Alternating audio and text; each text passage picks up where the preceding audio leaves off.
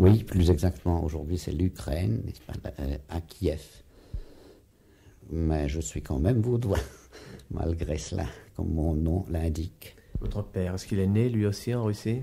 Non, non, là il y a plusieurs générations. D'après ce que j'ai pu restituer, c'est déjà mon arrière-grand-père qui avait quitté la Suisse, je sais pas, dans la première moitié du 19e siècle. Je crois que son père, il avait un grand magasin avec des chaussures à Genève, bien que la famille soit vaudoise, bien que nous soyons même des bourgeois de Lausanne.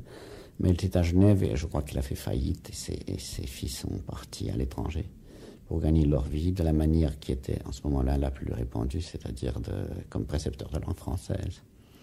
Et alors justement, mon arrière-grand-père, il s'est trouvé en Pologne, enfin, qui en ce moment-là faisait partie de l'Empire russe, à la ville de Vilna, qui est aujourd'hui la capitale de la Lituanie. Toutes ces choses géographiques se compliquent un peu. Et là, il a épousé une de ses élèves qui était polonaise. Et puis lui, il s'est transféré à Kiev, où il avait un établissement pour les jeunes gens de bonne famille qui devaient parler parfaitement français. Lui, d'ailleurs, il n'a jamais appris à parler une autre langue jusqu'à sa mort. J'ai une très grande famille en Pologne. Et les Polonais, puisque j'ai vécu longuement après en Pologne, me considèrent comme le leur, selon les succès que j'ai. Chez vous, votre père, votre mère, vous parlez français? Est-ce que vous parliez français dans la famille? On parlait français, et puis évidemment, la famille polonaise de mon père tenait à ce que je parle polonais. Et puis l'entourage, évidemment, parlait russe. Donc dès mon enfance, je parlais ces trois langues. Mais à table, les conversations se tenaient en français. Ça, oui, et puis ça dépendait qui était à table. Autrement, c'était en russe, évidemment. Dès que je me souviens, dès mon enfance, la plus tendre, c'était ces deux langues. Et en plus, j'avais une gouvernante qui était allemande, donc ça m'a fait un assez grand nombre de langues dès l'enfance. Je me souviens très bien de la Révolution, comme évidemment en tant qu'enfant, mais Kiev, c'était une ville qui était particulièrement exposée à toutes sortes d'atrocités, de changements de pouvoir. Je crois qu'il y a eu 19 changements de pouvoir au cours de la guerre civile. Alors ça, ce sont évidemment des impressions assez fortes qui restent dans la mémoire.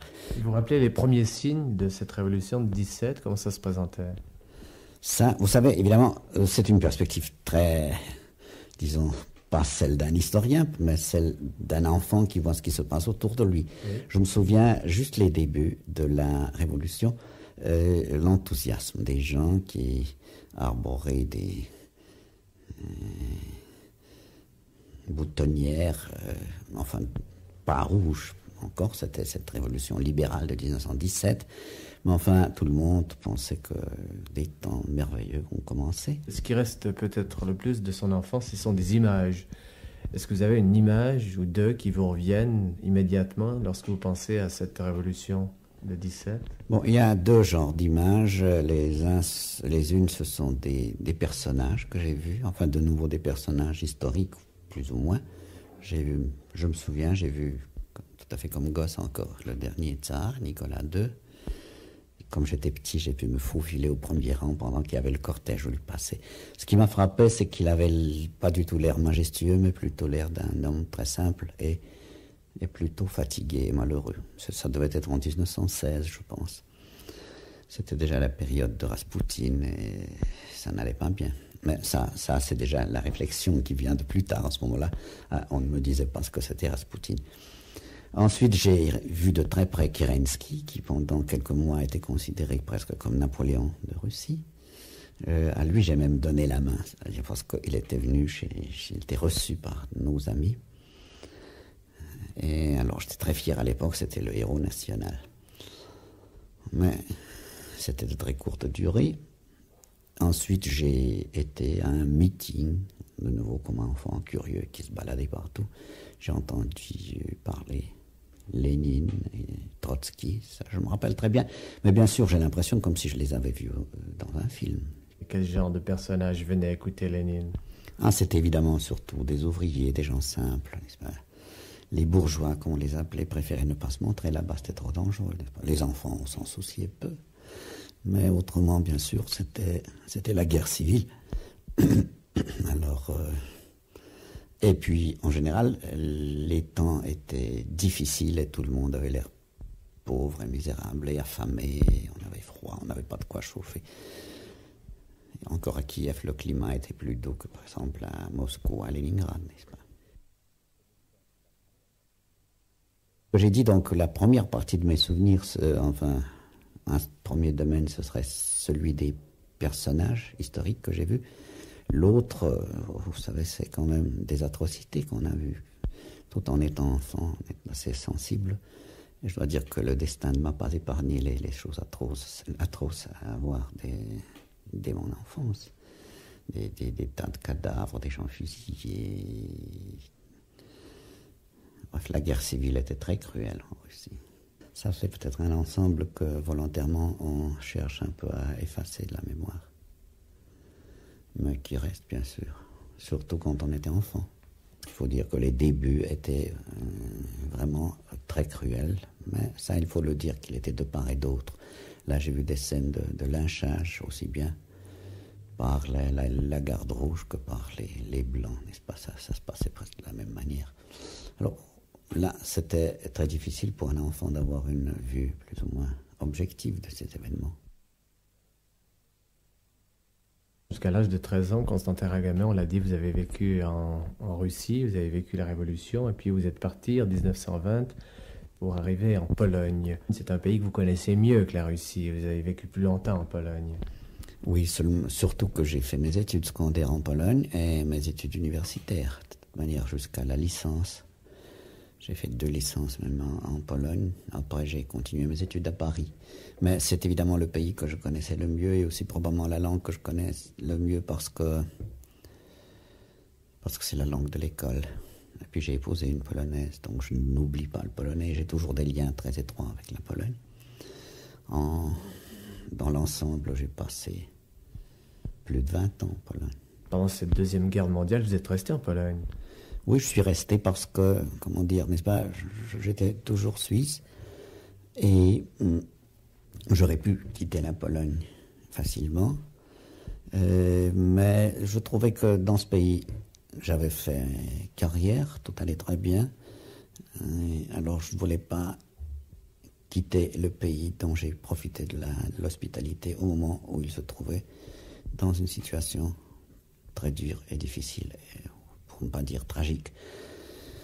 D'ailleurs, très vite, j'ai pu découvrir qu'avec mon passeport suisse, j'ai pu sauver beaucoup de monde, j'ai pu quand même aider les gens, que j'étais plus utile là-bas que si je partais, tout simplement.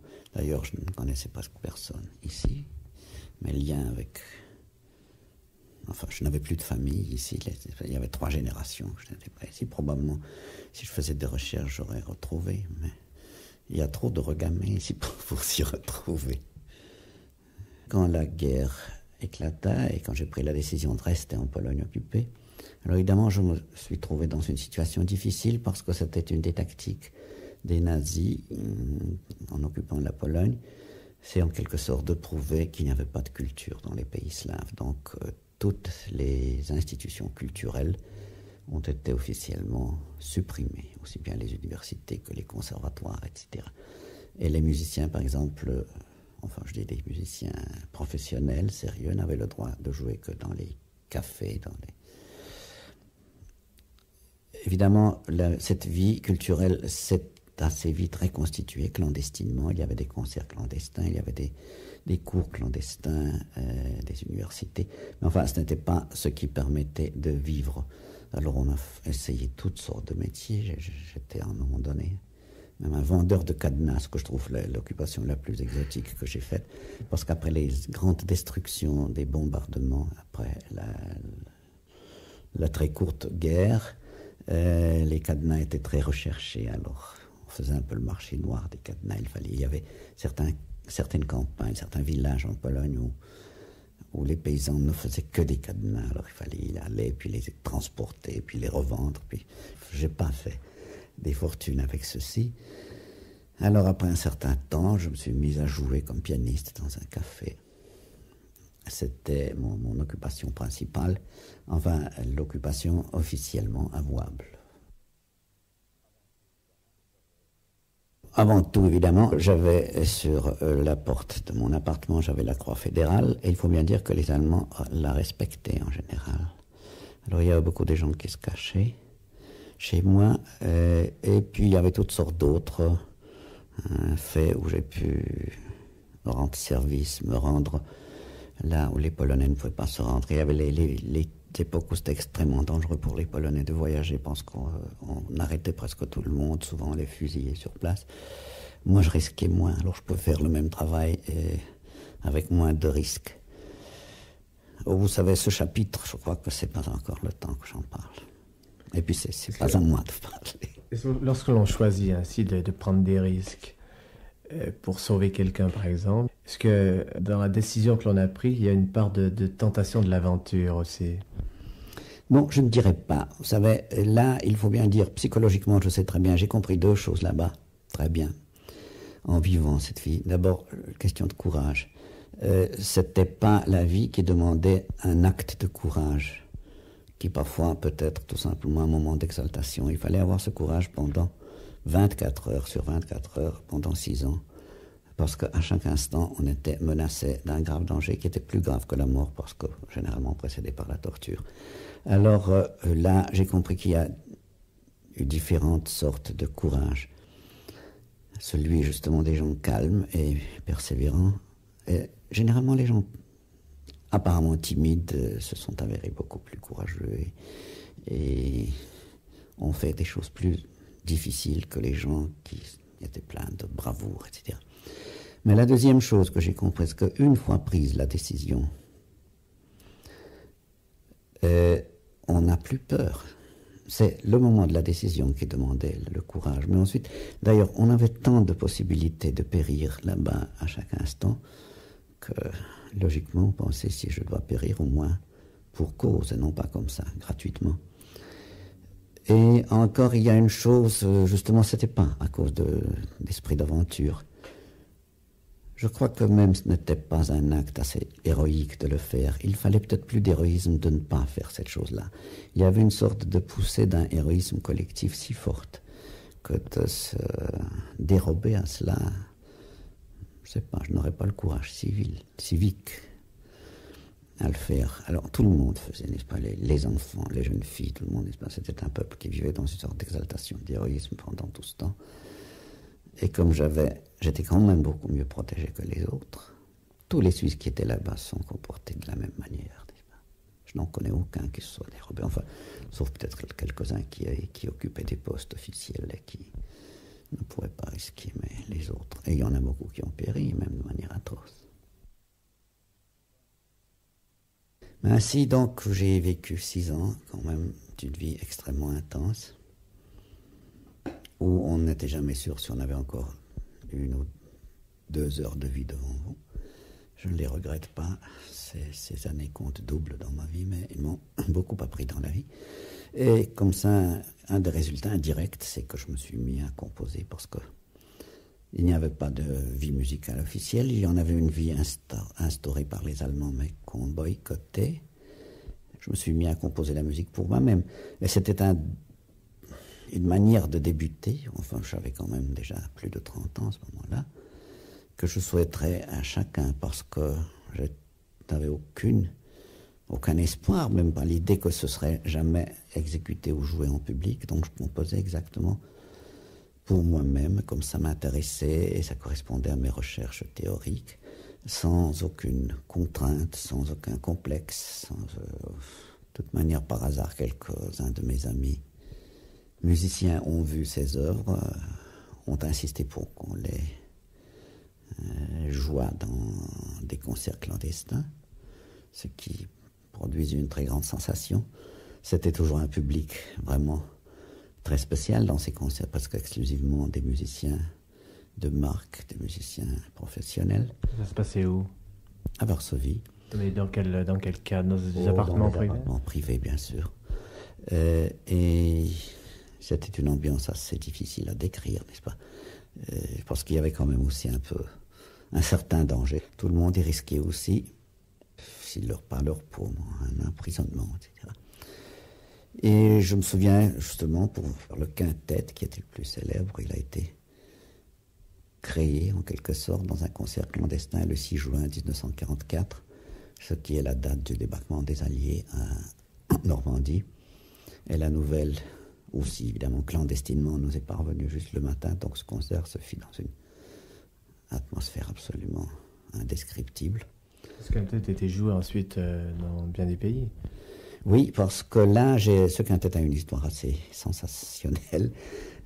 Juste après, il y a eu un ordre venu du gouvernement de Londres, du gouvernement polonais de Londres, d'envoyer à Londres des œuvres d'art importants créées pendant l'occupation pour les protéger contre la destruction de la guerre, parce qu'on prévoyait déjà que la guerre se déroulera en Pologne. Et entre autres, on a envoyé évidemment sous pseudonyme cette partition de ce quintet à Londres.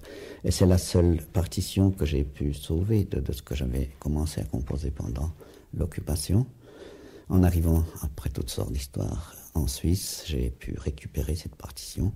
Elle a été donnée à Genève et c'est comme ça que j'ai recommencé ma carrière de compositeur ici en Suisse. J'étais dans l'insurrection de Varsovie et puis j'ai été tout simplement pris avec les autres et amené dans le camp de concentration à Stutthof, alors en Prusse orientale, avec ma femme. Et là, j'ai eu la chance inouïe, presque invraisemblable, qui ne se passait pas généralement dans les camps de concentration, c'est qu'il y avait la visite de Gestapo qui a fait l'inspection et qui a vérifié nos documents, parce que généralement on ne vérifiait pas les documents dans le camp de concentration. Et on nous a relâchés, ensuite nous nous sommes trouvés dans l'Allemagne, déjà en pleine défaite. Et on est venu en Suisse, on n'avait plus aucun autre endroit où on pouvait aller. On nous a relâchés pour la Suisse assez facilement. Je suis venu ici sans connaître qui que ce soit, ni rien. Les deux seules personnes que je connaissais, c'était Ansermet et puis Alois Moser. Ansermet, le chef d'orchestre. Oui. Alors je suis allé voir Ansermet. Je dois dire que ma carrière universitaire, je la dois un peu à lui, parce que je n'ai pas pensé, avec ma spécialité un peu très particulière. Professeur de langue orientale et slave. Alors je ne pensais pas même me présenter ici à l'université. D'ailleurs, je suis venu tel que j'étais, n'est-ce pas? Je n'avais rien, aucun document, aucune preuve. C'était encore en pleine guerre, c'était en novembre 1944.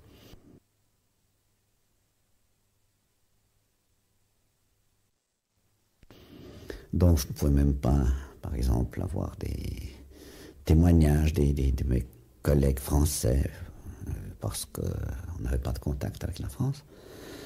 J'ai quand même essayé à l'université, je me suis présenté, j'ai dit ce que je savais faire, entre autres, j'ai dit que je connaissais les langues slaves, et c'est ça qui a plutôt arrangé ma carrière universitaire.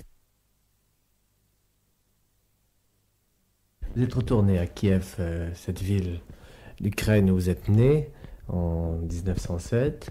Lorsque vous êtes arrivé à Kiev la première fois, quelle a été votre impression? C'était en 68, c'était donc c'était exactement 49 ans après avoir quitté cette ville. L'impression était très, très forte, je dois dire beaucoup plus forte que je ne le pensais, parce que j'avais quand même l'impression d'avoir oublié complètement cette enfance. Et puis soudain, on voit quand même il y a cette seconde mémoire qui est quelque profondément enfouie.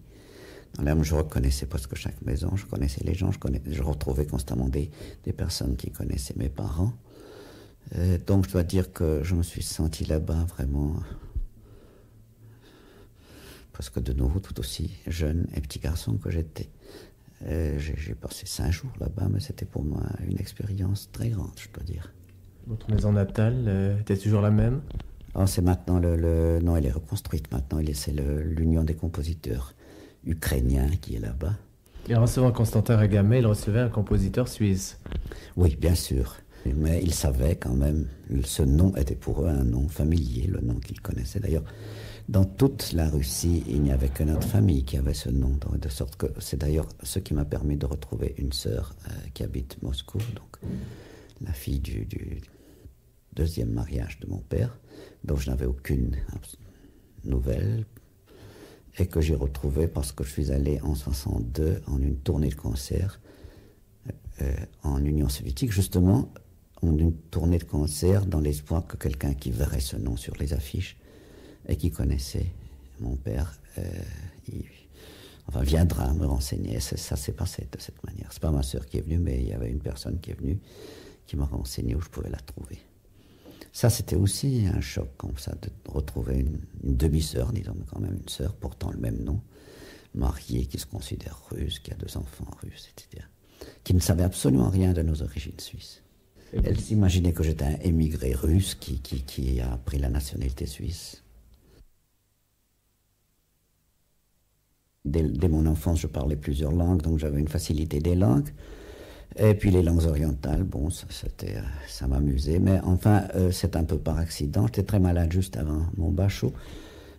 C'était interdit pour moi de me préparer à ce bachot, mais un de mes camarades m'a apporté un bouquin de vulgarisation sur les littératures de l'Inde, et entre autres, il y avait une introduction sur les langues. Et bon, ça m'a intéressé. J'ai appris l'alphabet, j'ai appris à écrire en sanskrit, enfin. Évidemment seulement l'alphabet. Et puis en rentrant à l'école, j'écris une fois sur le tableau noir.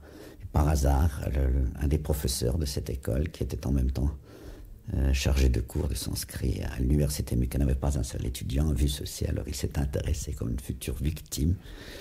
Et il m'a encouragé à le faire, d'ailleurs de manière absolument sadique, je dirais, parce qu'il m'a donné la grammaire, il m'a donné un texte, il a dit, vous voyez, on m'a demandé de traduire ce texte pour une revue, j'ai pas le temps, alors je vous donne la grammaire, le texte, vous viendrez dans un mois si vous pouvez traduire ce texte, alors on va continuer. C'était la méthode peut-être assez juste, c'était la méthode de décourager, d'entreprendre ces études, de décourager tous ceux qui n'étaient pas capables de le faire. Mais évidemment, ça m'a touché au vif. Mon amour propre à jouer, j'ai eu des difficultés atroces au début, mais enfin, je lui ai apporté un bout de texte et il a trouvé que c'était suffisant. Comme ça a commencé. Et évidemment, ce qui m'intéressait, c'est aussi que ça me donnerait peut-être la possibilité d'aller une fois voir ces pays exotiques. Mais puis, évidemment, la guerre, vinrent toutes sortes d'autres difficultés. J'ai attendu exactement 25 ans jusqu'à ce que j'ai pu finalement aller en Orient. Et depuis que vous connaissez ces pays, votre attitude vis-à-vis de ces langues, de ces civilisations a changé? Oui, je trouve, bien que ces pays modernes aujourd'hui, je ne parle pas de la Chine, c'est déjà un processus très spécial. D'ailleurs, je ne connais pas la Chine de Mao. Mais l'Inde moderne n'a plus grand-chose à voir avec l'Inde ancienne, dont je m'occupe particulièrement. Néanmoins, connaître le pays, le climat, les monuments de l'art là-bas, et malgré tout le contact avec ces gens-là, et surtout que dans l'Inde, j'ai souvent voyagé, ou même aller à pied, n'est-ce pas? Donc, aller dans les petits villages, c'est pas du tourisme, c'est comme ça qu'on connaît le vrai pays. Alors, bien sûr que ça approfondit très sensiblement ma connaissance et compréhension de cette mentalité. Constantin Ragamin, on n'a absolument rien à cacher à nos auditeurs. Cette émission est enregistrée. Et ce qu'il faut le dire, c'est qu'elle est enregistrée à une heure assez tardive de la nuit, puisqu'il est en ce moment 1h20. Il est passé de très loin minuit. Vous êtes un nocturne. C'est la solitude que vous recherchez dans la nuit? Oui, disons pas la solitude, mais la tranquillité, n'est-ce pas? J'habite tout en habitant presque le centre de Lausanne, quand même un endroit très calme. Mais c'est pas pendant la journée qu'il est calme, n'est-ce pas? Alors c'est la raison. Évidemment, ça me fait aussi me lever plus tard. Mais enfin, vraiment, je ne pourrais pas autrement travailler. Parce qu'il y aurait constamment des téléphones, des visites. En fait, vous travaillez très très souvent le soir, enfin la nuit, jusqu'à 4 heures du matin, par exemple. Si vous aviez la possibilité de faire le même travail la journée, vous le feriez? Ou est-ce qu'il y a tout de même cette attirance de la nuit? Non, je pourrais le faire la journée. Évidemment, peut-être je suis quand même je travaille mieux le soir que le matin. Mais d'habitude, presque toutes les soirées sont occupées. Il y a ou les concerts, ou le théâtre, ou autre chose. Donc, je commence ma soirée, disons, après 11h, n'est-ce pas? Ce qui me fait veiller tard. Le matin, je suis moins fait pour travailler. Mais enfin, quand je suis à la campagne, quand je compose, quand je travaille, alors là, l'idéal pour moi, ce serait Je ne sais pas pourquoi les gens ne le pratiquent pas. Malheureusement, évidemment, dans la vie sociale, c'est impossible. L'idéal serait de dormir quand on a sommeil et de veiller quand on n'a pas envie de dormir. Moi, je trouve que se forcer à dormir à certaines heures et prendre des somnifères et puis se lever quand on a horriblement sommeil, ça ne mène à rien. Alors, à la campagne, où vraiment, quand je suis en vraie campagne, où personne n'interfère avec mon train de vie, alors je dors quand j'ai sommeil et je travaille parfois les nuits entières. Oh, vous savez, les chats, c'est un peu... Enfin, je ne sais pas, il y a beaucoup de gens qui possèdent des chats, je ne sais pas pourquoi nos chats sont spécialement célèbres, tout le monde parle de nos chats. À un moment donné, nous en avions eu 3, mais c'est vraiment pas par une sorte de prédilection particulière pour les chats, c'est tout simplement ma femme, une fois, a recueilli une chatte, qui s'est avérée être évidemment la chatte la plus géniale du monde, et puis cette chatte a proliféré beaucoup, presque tout le quartier est plein de sa descendance, et enfin on a gardé ses enfants.